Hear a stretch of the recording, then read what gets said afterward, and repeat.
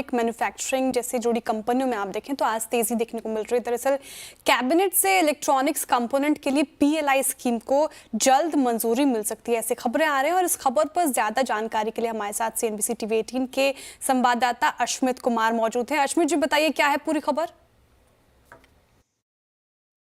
कुछ महीनों के वेट के बाद फाइनली इलेक्ट्रॉनिक्स कंपोनेंट पीएलआई एक फाइनल रूप लेता हुआ, हमने हाईली प्लेस्ड सोर्सेज गवर्नमेंट के अंदर से बात की है। वो हमें बता रहे हैं कि जो कंपोनेंट पीएलआई है वो उसका कैबिनेट नोट फाइनल कर दिया गया है और वो कैबिनेट के सामने अब रखा जाएगा अप्रूवल के लिए।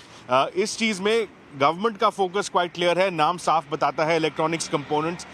इस पीएलआई का फोकस रहेगा मोबाइल पे नहीं, इलेक्ट्रॉनिक्स पे नहीं, बट रादर उनके कंपोनेंट्स पे। डिस्प्ले हो गया, आपका पीसीबीज हो गए, आपके बैटरीज हो गए, इन चीज़ पे फोकस रहेगा इस पीएलआई का। जो अमाउंट है, जो आउटले है इस पीएलआई में, वो रहेगा 25,000 करोड़।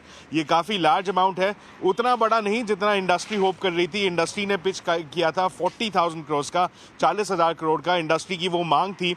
अभी सरकार का ये कहना है, सरकार के ऑफिशियल्स का ये कहना है कि अभी के लिए पहले स्टेप में सरकार 25,000 करोड़ तक जाने को राजी है और एट अ फ्यूचर डेट वो सरकार अपने पास फ्लेक्सिबिलिटी भी रखती है कि अगर कुछ ओवरवेलमिंग रिस्पॉन्स आया तो गवर्नमेंट ओपन रहेगी कंसिडर करने के लिए कि इसको और एक्सटेंड किया जाए। अभी फिलहाल 25,000 करोड़ पे रहेगी। एज फार एज जो इन्वेस्टमेंट्स है, जो इन्वेस्टमेंट्स अट्रैक्ट होंगी, गवर्नमेंट ने एस्टिमेट किया है कि 40 से 45,000 करोड़ की इन्वेस्टमेंट आ सकती है इस कंपोनेंट इकोसिस्टम में। सरकार की जो मोबाइल पीएलआई रही थी वो एक काफ़ी रिसाउंडिंग सक्सेस रही थी। अब सरकार की ये उम्मीद है कि इस 25,000 करोड़ पीएलआई से, इलेक्ट्रॉनिक कंपोनेंट पीएलआई से, जो आपका ब्रॉडर इकोसिस्टम है वो हमारे देश में आएगा, उससे लोकलाइजेशन बढ़ेगी और उससे वैल्यू एडिशन बढ़ेगी। ये सरकार की उम्मीद है। अब सारी आंखें, all eyes on the cabinet की वो कब अप्रूवल देती हैं इस पीएलआई स्कीम को। बिल्कुल, बहुत बहुत शुक्रिया अश्मित। आज अच्छा मूड है इन सब स्टॉक्स में, खासतौर से एम्बर और पीजी इलेक्ट्रोप्लास्ट में। आशीष, स्टॉक्स काफ़ी करेक्ट हुए हैं हाई से, है क्या आपके पोर्टफोलियो में? अनुज, हम ईएमएस स्पेस पे काफ़ी पॉजिटिव रहे हैं और इस पूरे स्पेस को काफ़ी लंबे समय से हमने पोर्टफोलियोज में जगह दी हुई है। इनकी रैली भी काफ़ी शार्प थी।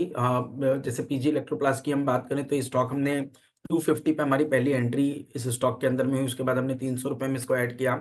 वहाँ से स्टॉक ऑलमोस्ट 1000 गया और फिर 600 तक के लोज भी इसने दिखाया और अब वापस 850 के आसपास आया है।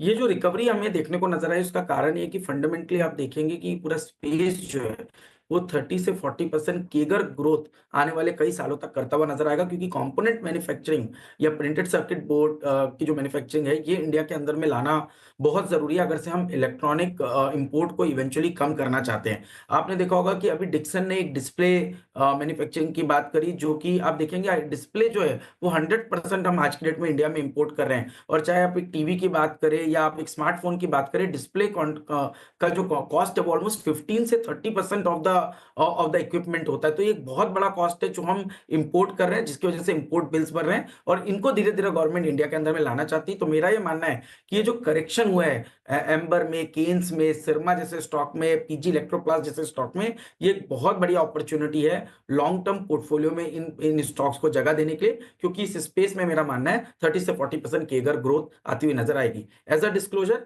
हमारे पोर्टफोलियोज में स्टॉक बने हुए हैं और हम इनको अभी भी हमारे पोर्टफोलियोज में राइट कर रहे हैं।